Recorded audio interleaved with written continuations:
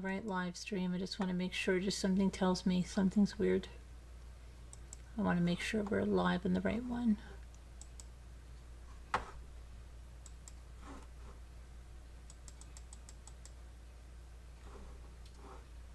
Something's really weird with this. I'm messed up. Here's how I eat low-carb, high-protein meals every day. These are my lunches this week. Eating carnivore or keto isn't cheap.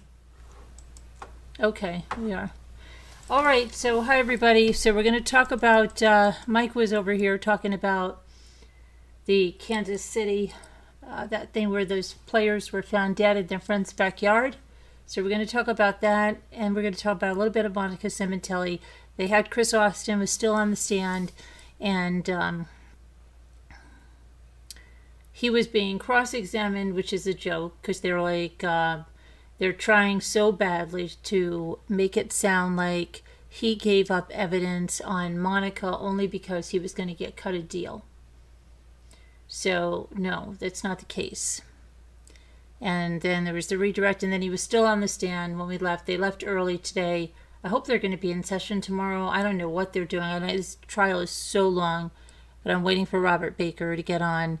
So there really wasn't a lot that went on, because it's just, when the defense does it, it's ridiculous. It is absolutely, look at my arm. My arm is just missing. Look, I had no arm on that side. What is going on with that? What is going on with that? Now I have no arm on the other side. No. Now I have, oh my goodness, what is going on? My sweater is driving this thing crazy because it doesn't understand it. It has black sleeves. All right, anyway, let's get on with this. Let's look at this Kansas City thing, right? There's really not that much that happened in Monica Sementilli, and then we're going to look at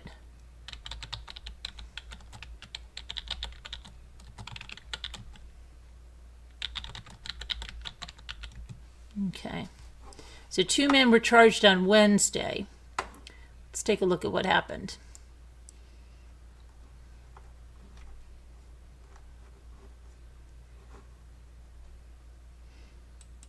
This was the house.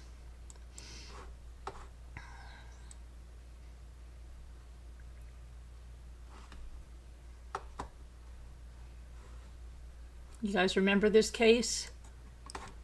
And I think it happened last winter, right? Yeah, January 10th of 2024. It shows Jordan Willis's house in Kansas City, Missouri, where the Kansas City Chiefs NFL football fans were found dead in the backyard. Okay, so 2 men were charged Wednesday in the deaths of 3 Kansas City Chiefs fans whose bodies were found in the backyard 2 days after they got together to watch the final game of the regular season in 2024. Jordan Willis and Ivory Carson are each charged with 3 counts of involuntary manslaughter and 2 counts of delivery of a controlled substance in a case that gained widespread attention on social media. Their bond was set at $100,000 cash only. Speculation about what happened started after 38-year-old Ricky Johnson and 36-year-old Clayton McGeeney and 37-year-old David Harrington were found dead in Willis's Kansas City, Missouri yard on January 9th of 2024. After McGeeney's fiancée went looking for him, a doctor with a forensic lab later determined that the combined toxicity of fentanyl and cocaine killed them. That was in the probable cause statement. Witnesses said the friends were using cocaine when they got together, first at Harrington's home and then at Willis's on January 7th of 2024 to watch the Chiefs play the Los Angeles Chargers. The witnesses said Willis had a history of offering cocaine to his friends when they were low on money, and that he bought it from Carson, according to the probable cause statement. But Willis's lawyer, John Picerno, said there is no evidence that Willis bought the drugs and that his friends the ones his friends ingested before their deaths, noting that they had been partying all day. And he said that Willis didn't know that they were still in his backyard or that they needed medical attention until the police showed up. It has been a very, very long year for Jordan, Picerno said. He's lost his job. He's lost his home. He's lost his friends. The public are pointing at him as someone who essentially killed them, and nothing could be further from the truth. Willis told police that he believed that McGeaney, Harrington, and Johnson possibly got a hold of some fentanyl at some point on that Sunday the game was played, and that he thought they all left his home around 4 a.m. the next morning. Weather records indicate the low temperatures that night at about 33 degrees. Investigators interviewed Carson, who admitted to selling cocaine to Johnson, Willis, Harrington, and McGeaney before January 1st of 2024. No attorney is listed for Carson in the online court records. In the weeks and months since the 3 deaths, the case went viral on TikTok and other social media platforms for its true crime overtones, and family members of the 3 men have taken their frustrations to Kansas City area media, questioning when there would be charges.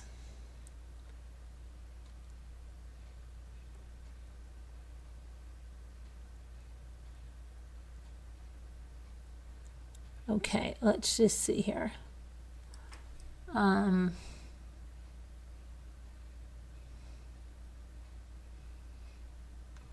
So I'm just still a little bit... Okay, so this is Jordan Willis's house. Jordan Willis, I get it. Now, Ivory Carson,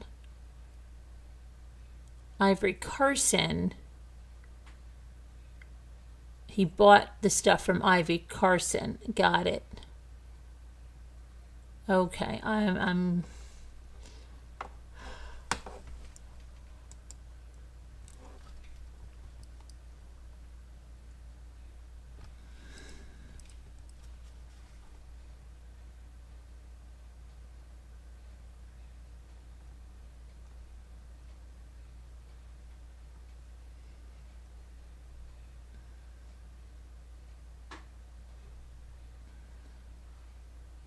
okay, I want to talk about something over here now.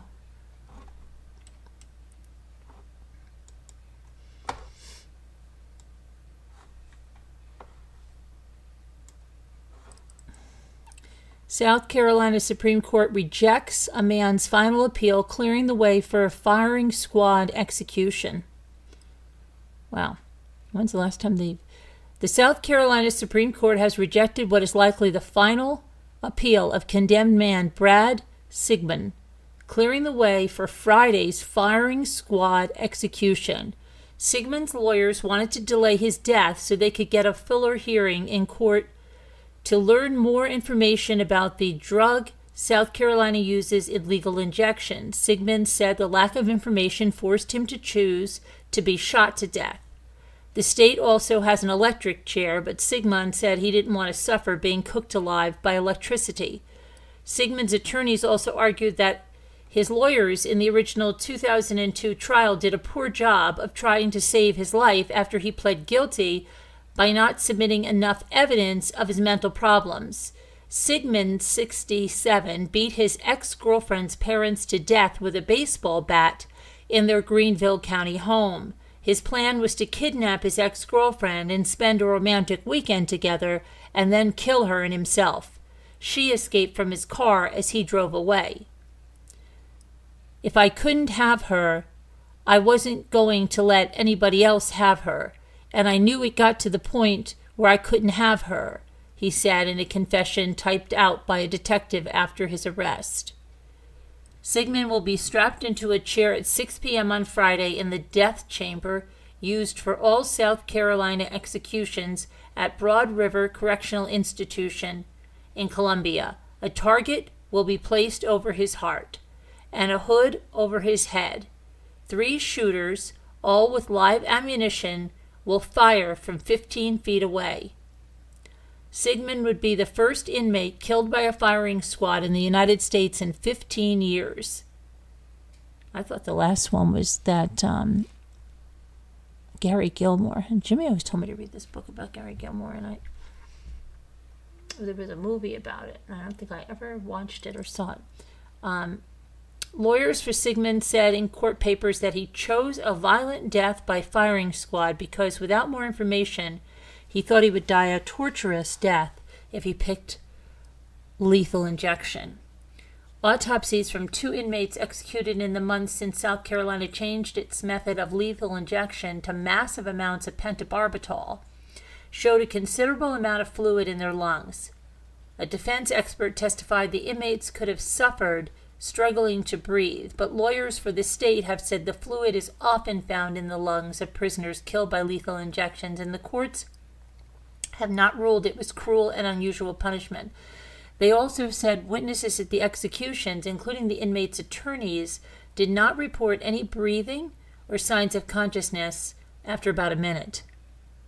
Prison officials also told the doctor conducting the autopsy that both Marion Bowman, who was executed on January 31st, and Richard Moore, who was executed on November 1st, needed twice the dose of the lethal injection drug typically used in other states and by the federal government. In Moore's case, 2 doses were given 11 minutes apart. In Bowman's execution, it wasn't clear the time range, although a witness heard talking 10 minutes after the execution began. There is no justice here. Everything about this barbaric state-sanctioned atrocity, from the choice to the method itself, is objectively cruel. We should not just be horrified, we should be furious, defense attorney Gerald Bo King said in a statement. South Carolina has a shield law that keeps the suppliers of its lethal injection drugs, the members of the execution team, and the procedure used to kill an inmate secret, so it isn't known if South Carolina's new protocol requires 2 doses of pentobarbital. Sigmund also plans to ask Republican Governor Henry McMaster to commute his death sentence to life in prison. His lawyers said he's a model prisoner, trusted by guards, and works every day to atone for the killings he committed after succumbing to severe mental illness. McMaster will make his decision moments before the execution starts. No South Carolina governor has granted clemency in the 49 years since the death penalty restarted.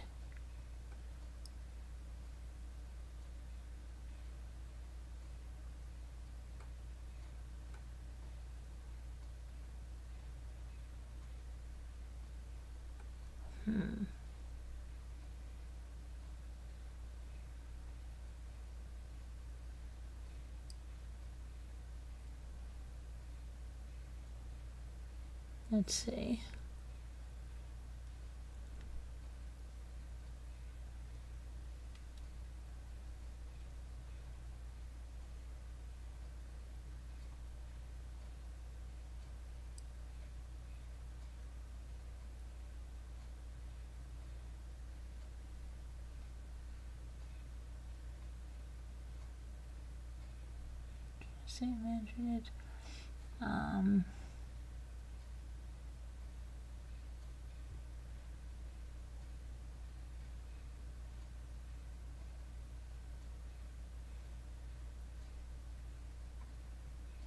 Let's see here.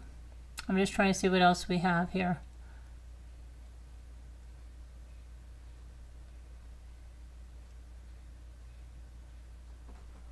Oh wow, where's this?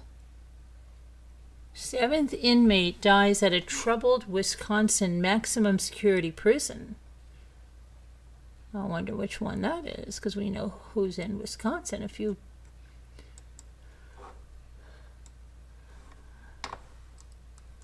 Which is that? Let's see. Oh, Waupun Correctional Institution. Another inmate has died at Wisconsin's oldest prison, the 7th since 2023, and less than a year after the then warden and multiple members of his staff were charged with misconduct and felony inmate abuse. Damian Evans, 23, died at the Waupun Correctional Institution. The State Department of Corrections offender website shows it doesn't provide any details. The department spokesperson didn't immediately reply. Dodge County Sheriff Dale Schmidt said in an email that his agency is investigating Evans' death, but that he had no information to share. Evans was sentenced in 2019 to 7 years in prison for armed robbery and an additional 2 years to be served concurrently for bail jumping. Both cases were filed in Racine County. Evans is the 7th Waupun inmate to have died in custody since June 2023. Prosecutors last year charged Warden Randall Hepp with misconduct and 8 members of his staff with felony inmate abuse in connection with the deaths of inmates Cameron Williams and Donald Mayer. 3 of the 8 staff members also were charged with misconduct. According to criminal complaints, Williams died of a stroke in 2023. His body was undiscovered for 12 hours. Mayer died of dehydration and malnutrition, and he had severe mental health problems, but either refused or wasn't given his medication in the 8 days leading up to his February 2024 death. The other dead inmates include Dean Hoffman, who killed himself in 2023, Tyshawn Lemons, who died of a fentanyl overdose in October 2023, Jay Atkins, who died in May 2024, his death under investigation, and Christopher McDonald, who died in August of 2024. The Dodge County Sheriff's Office said that the deaths appear that was likely self-inflicted. The release did not elaborate. Let's see.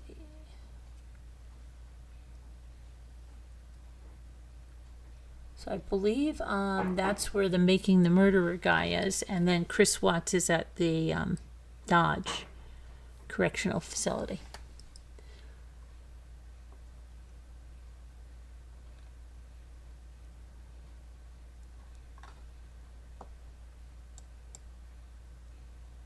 What's with all the executions? Tennessee sets execution dates for 4 inmates after nearly a 3-year pause.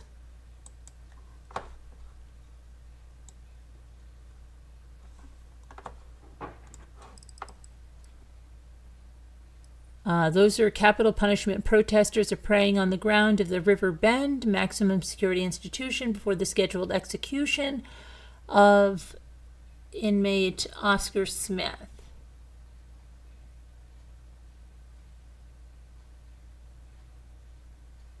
Okay, so it says Tennessee Supreme Court set execution dates for 4 inmates, including Oscar Smith, who was within minutes of being executed back in 2022 when Governor Bill Lee issued a sudden reprieve. The 11th hour stay came after Smith's attorney, Kelly Henry, requested the results of the required purity and potency tests for the lethal injection drugs that were to be used on him. It turned out a required test was never done. An independent review later found that none of the drugs prepared for the 7 inmates executed in Tennessee since 2018 have been fully tested. Okay, so let's see. Now, the Tennessee Department of Corrections issued a new execution protocol in late December that will utilize the single drug pentobarbital. That was the green light that the state's high court needed to reset Smith's execution date. Smith was convicted of fatally stabbing and shooting his estranged wife, Judith Smith, and her teenage sons, Jason and Chad Burnett, at their Nashville home on October 1st of 1989. The court also set new dates on Monday for 3 others whose executions were pending in 2022. The inmates are Donald Middlebrooks, Byron Black, and Harold Nichols. All 4 were convicted before January 1999, which means that they can choose between lethal injection or the electric chair. Who would ever choose the electric chair? But Henry said she believes that all 4 executions should be stayed pending an ongoing federal lawsuit in court.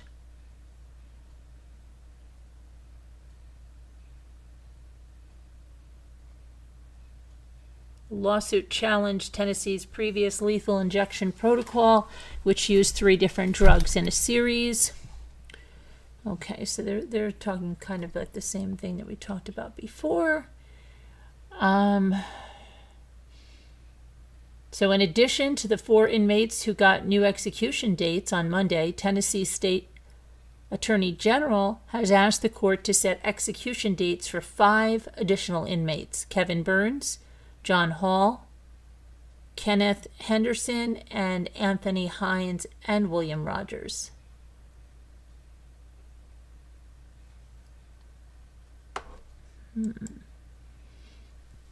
And the Skelton brothers were declared deceased, according to their mother asking a judge to do that here.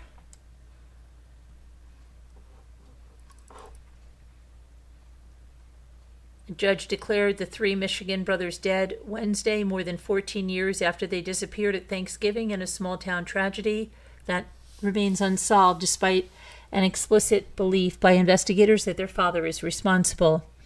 Lenawee County Judge Catherine Sala granted a request by Tanya Zuvers, the mother of Andrew, Alexander, and Tanner Skelton.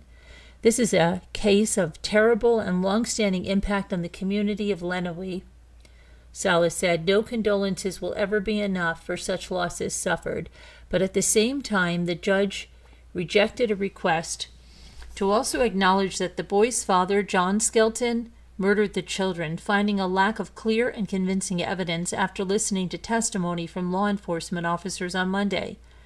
The information provided in this trial provides ample opportunity for speculation and theory, Salas said, but to make such a finding, the court would only be joining those voices offering such speculation and theory given the lack of information.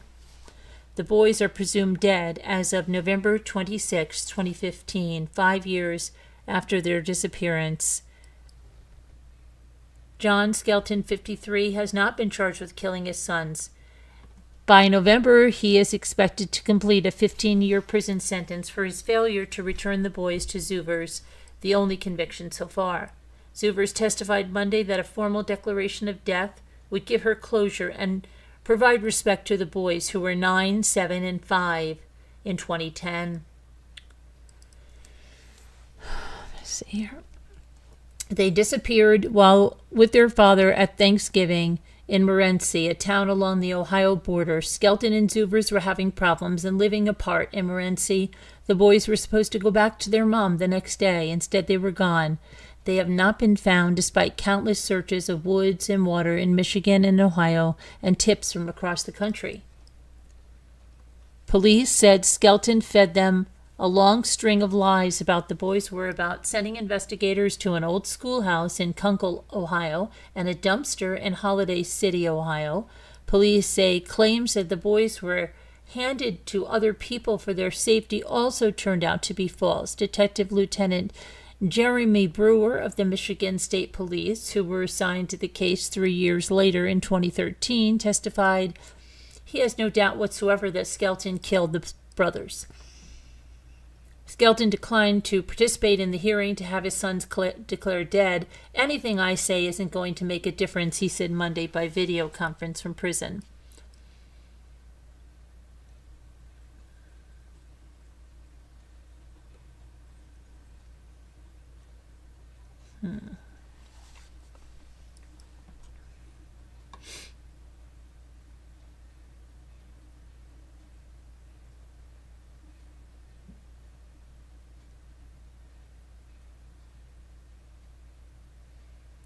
Okay, let's see here.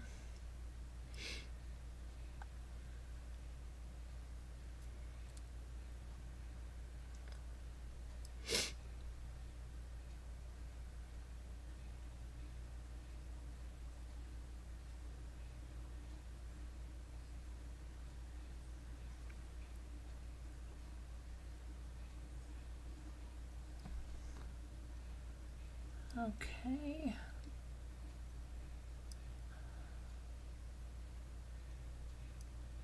Trying to see what else we have here.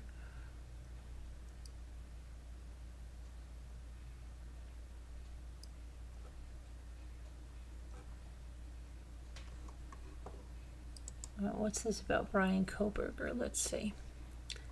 Brian Koberger.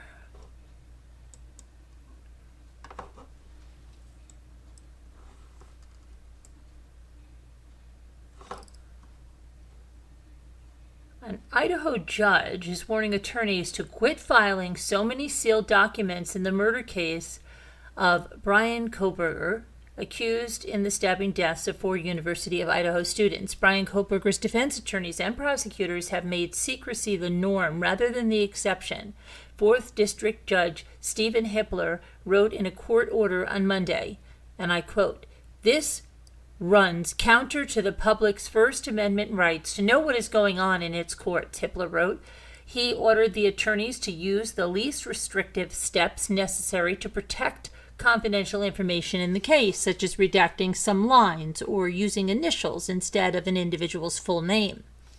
Koberger is charged with 4 counts of murder in the deaths of Ethan Chapin, Xander Coronado, Madison Mogan, and Kaylee Gonsalves, students who were killed in the early morning of November 13th, 2022, at a rental home near their campus in Moscow, Idaho. When asked to enter a plea last year, Koberger stood silent, prompting the judge to enter a not guilty plea on his behalf. Prosecutors have said this week they will seek the death penalty if Koberger is convicted. Hippler's directive came as a flurry of new motions were filed ahead of the August trial, including a sealed defense motion to take the death penalty off the table that cited autism spectrum disorder. Other sealed motions include one on whether the term psychopath or sociopath can be used during the trial, and one from prosecutors about the presence of immediate family members in the courtroom during the trial. Some of the currently sealed documents will be redacted and made public, and others will remain sealed, the judge ruled. The trial is expected to begin August 11th and last for more than 3 months. Wow.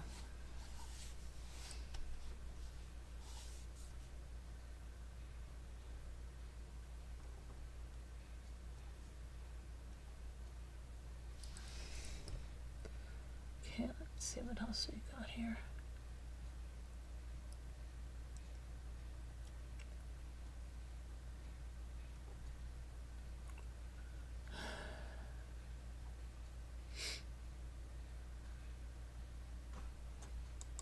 Okay, let's see what this is happening.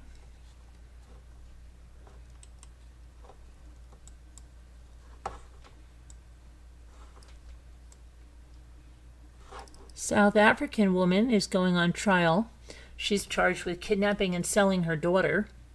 Cape Town, South Africa, a South African woman went on trial Monday, charged with kidnapping and selling her young daughter in a case that has garnered national attention. Kelly Smith is charged alongside her partner and another man over the disappearance of her daughter Jocelyn more than a year ago. Jocelyn was 6 years old when she disappeared. She's still missing following a nationwide police hunt.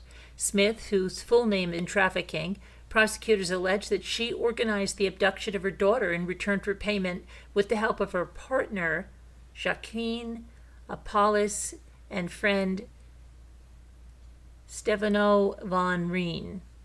All 3 defendants have pled not guilty to the charges as the trial opened in a sports hall in the small coastal town of Saldanha Bay. The trial was moved to the hall to give members of the community an opportunity to attend. Smith won sympathy across South Africa in the early days of Jocelyn's disappearance, and neighbors joined together to help police search for the child in sand dunes near the impoverished settlement of shacks and small houses where they lived. Smith claimed she left Jocelyn with Apollos on the day she went missing in February of 2024 and hadn't seen her again. The case took a shocking twist when police took Smith in for questioning and later arrested her. Another woman who was arrested was not charged and is reportedly due to testify as a state witness. Prosecutors said in the indictment that Smith had been planning to sell Jocelyn and her 2 other children since August of 2023. Only Jocelyn went missing. They also alleged that Smith and Jocelyn were seen getting into a white vehicle with a bag of clothes the day the girl was reported missing. The case has provoked anger in the community. Crowds gathered outside the sports hall chanting, "We want Jocelyn back," according to local media reports. Judge Nathan Erasmus said the 3 defendants could face life in prison if they are found guilty.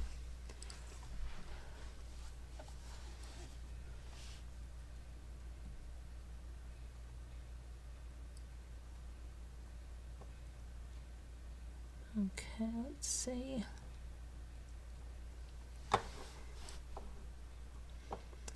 Let me go to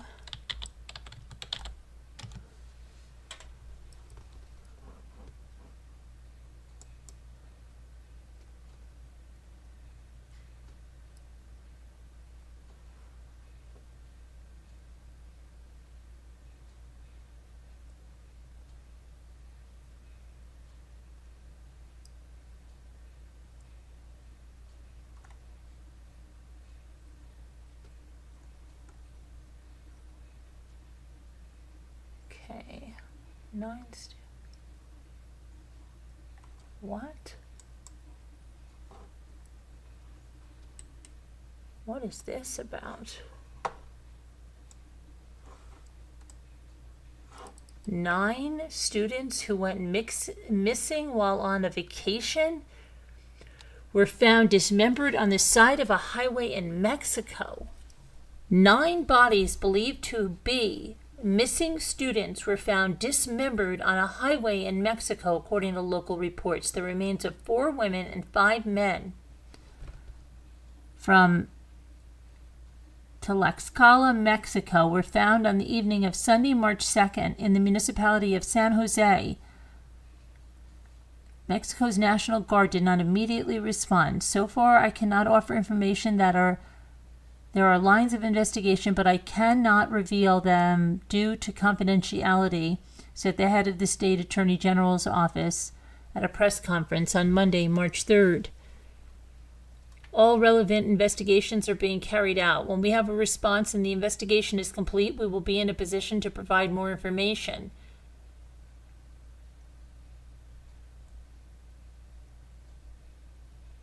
Oh my gosh, so these... Among the missing is Jacqueline Meza, who was reported missing from Zipolite on February 28th. Her mother said in a Facebook that she was taken. My daughter disappeared last night on a beach in Huatulco called Zipolite. They took her, and until now we know nothing about my daughter. The mother reportedly wrote, she wrote that her daughter has 2 young children, 5 and 3, waiting for her. 4 of the bodies were reportedly found in the vehicle's trunk, and a bloody tarp was discovered inside a Volkswagen Vento, along with 5 more bodies. Wow. Thanks.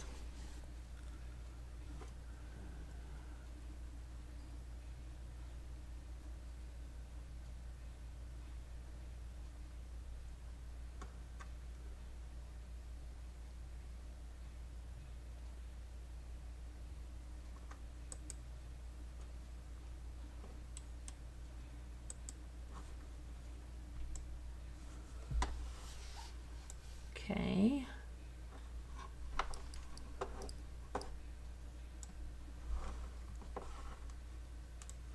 A former Miss Australia has been found guilty of emotionally abusing her ex-husband. Court in Tasmania has heard. Catherine Isabel Hay, 49 years old, is accused of threatening Troy Shane Richardson with violence, punching him, and hitting him several times with a shoe. The former couple were together from 2010 until 2022. They share 2 children together. A former Miss Australia has been found guilty in court of emotionally abusing and intimidating her ex-husband. On Wednesday, March 5th, Catherine Isabel Hay, 49, who was Miss Australia and Miss Tasmania in 1999, was found guilty of emotional abuse or intimidation. Let's see. According to the Australian Broadcasting Corporation, Hay pleaded not guilty to a single charge of emotional abuse or intimidation in 2023. Before she faced a hearing last year, she is accused of emotionally abusing her former partner, Troy Shane Richardson, during a time frame that allegedly took place between 2014 and November of 2022. The couple had been together from 2010 to 2022. They share 2 children. The court heard on March 5th that the Australian Labor politician Hay, who is a former member of the Tasmanian House of Assembly, was found guilty, with the majority of the particulars on the charge proven. Richardson had told the hearing in 2024 that his former partner had been verbally abusive when they were together, as well as accusing her of threatening him with violence, punching him, hitting him several times with a shoe. The ABC added that Hay also threw a bowl of cereal at him, as well as frequently abusing him online. Richardson, who said he met Hay at a dog show in 2009 before they tied the knot in 2012, previously told the court their relationship had deteriorated around 2013 after their second child was born. She would often make a point of having an argument in public just to make me feel low, claiming that the suspect punched him in 2020, stating he was left with a black eye. The following year, Hay was then taken into police custody after being accused of slapping her then partner for driving around a corner too fast. A family violence order was placed against her, but the victim claimed the suspect had later demanded he have the order revoked. Magistrate Simon Brown told the court on Wednesday it was the prosecutor's case that the defendant controlled and abused the complainant. It was the defense case that the reverse was the cause. Hay, a Labour member for the Northern Tasmanian seat of Bass between 2002 and 2006, reportedly claimed the couple's finances were entirely controlled by her former partner. However, Brown claimed that this likely wasn't the case, as the ABC added that she'd allegedly purchased a property at Norwood in northern Tasmania. The evidence here proves that it was the defendant, Hay, who was the prime mover. She paid a handsome, somewhat overly inflated price for the property. The property was registered in her name and her name only, Brown said. Generally, I found her, Hay, to be dishonest and an unreliable witness. She, over a period of years and years, caused the complainant distress. If the defendant had stopped to think, she ought to have known that her conduct would have caused her husband to be intimidated. The suspect denied physical abuse, but did admit that bad language might have been used occasionally as the relationship became toxic. Hay has been bailed and is expected to be sentenced on April 17th.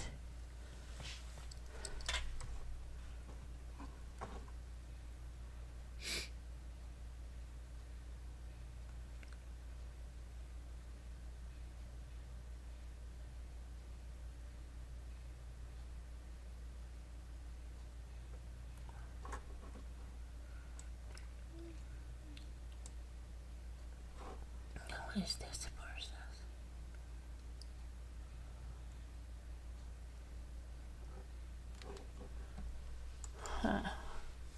Okay, let's see.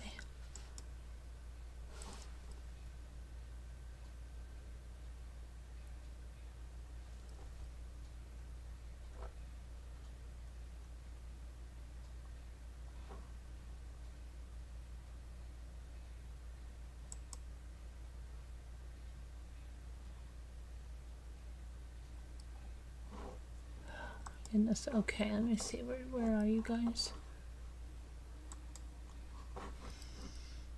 I don't know why my... Let me see if I can get my thing to go to default view here. It's really... Now I've completely lost YouTube Studio.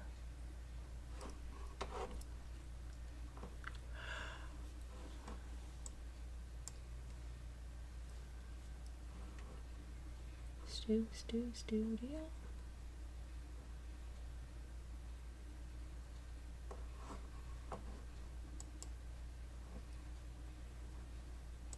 Okay, here we are. Very good. Very good. I don't know where we're still in November 24th. Okay, let's see who's here now. Hi, little lady. Brandy Guarino. Hi. It always makes you think someone is pooping. Oh my goodness.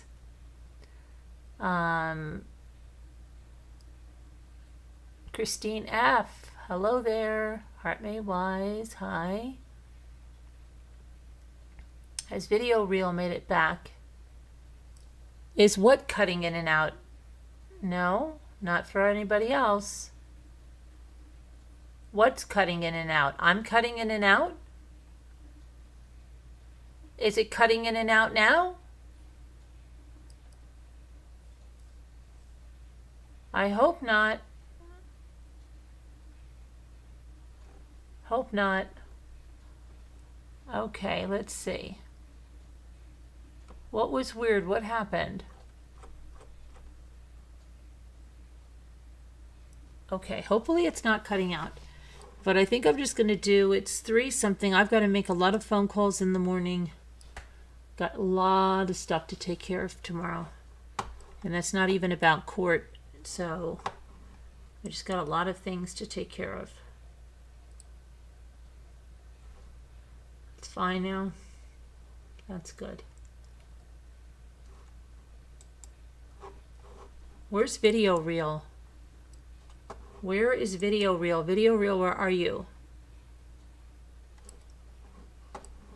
Video Reel.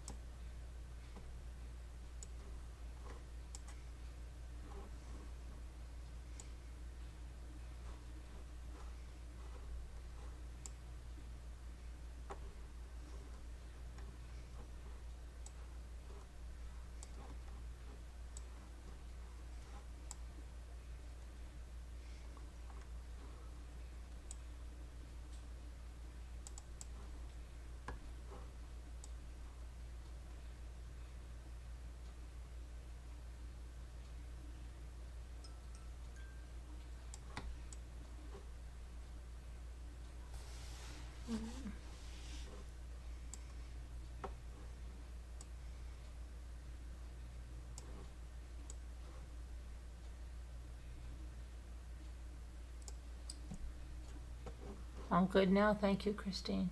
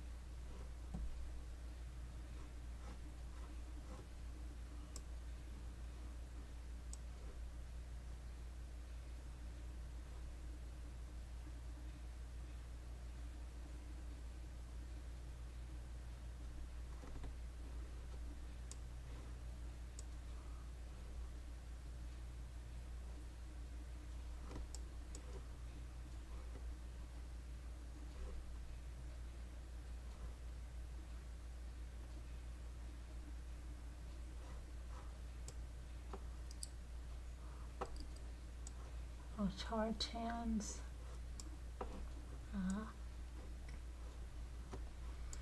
Yeah.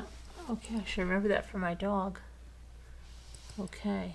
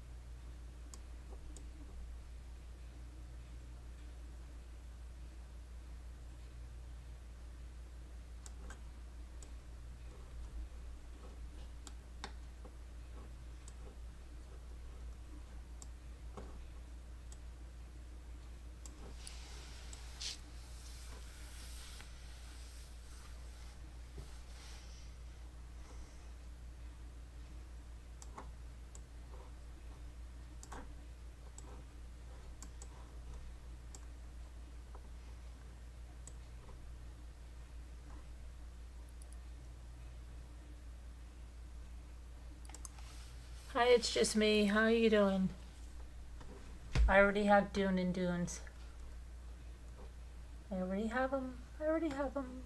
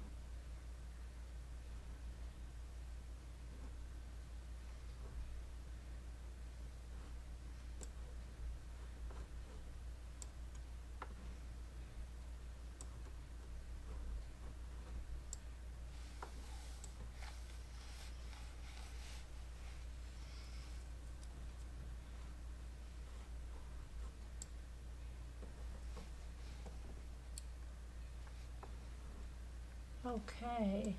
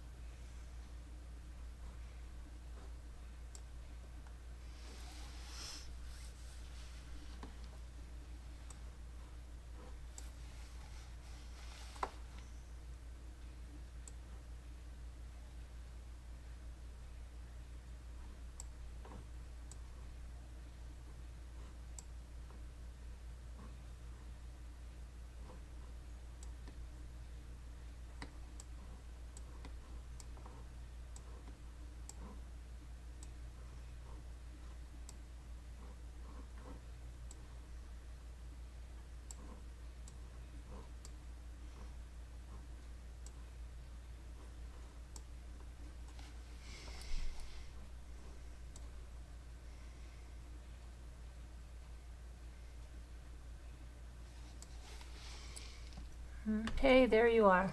Hi, Murder of Crows. How are you? Let's see what you've got. Ren, War. I have War. Moan. Okay.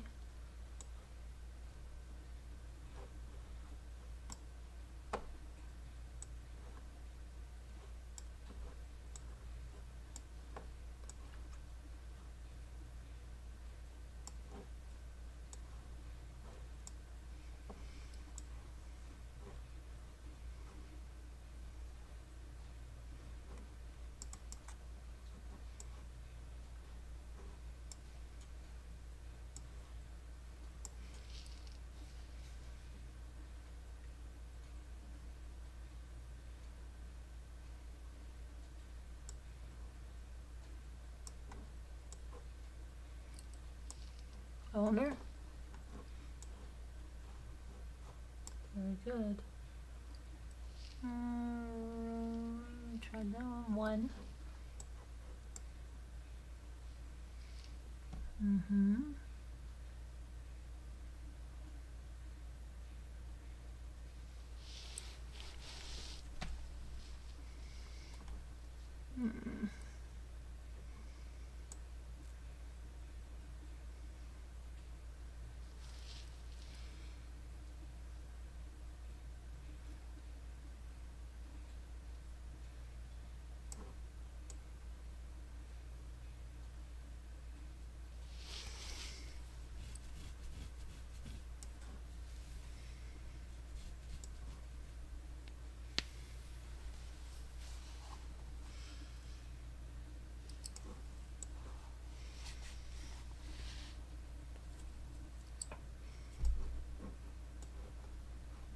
Okay.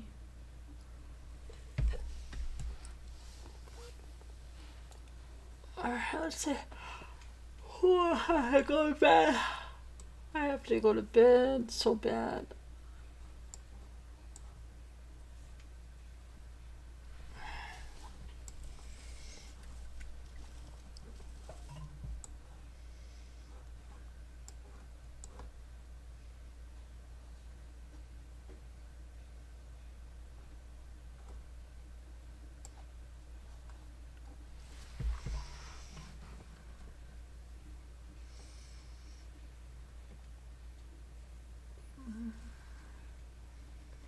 New.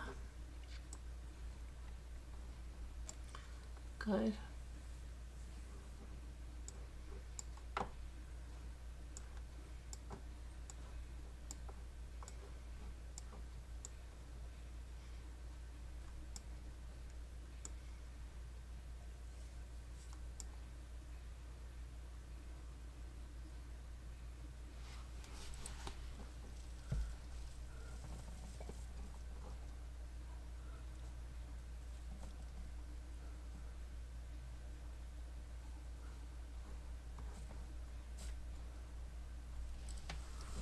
Okay.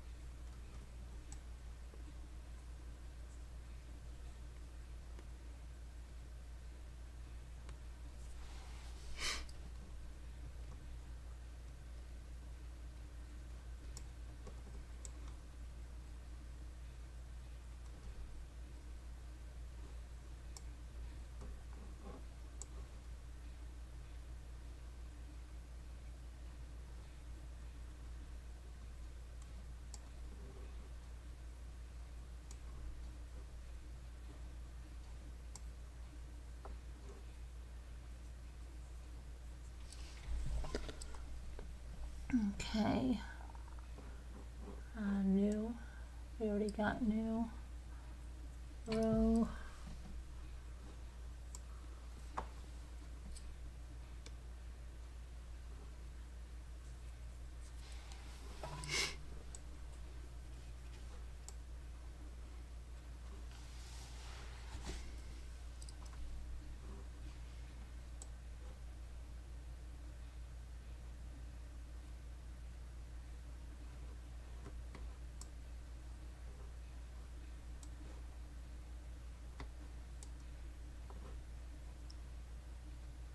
Tried mower.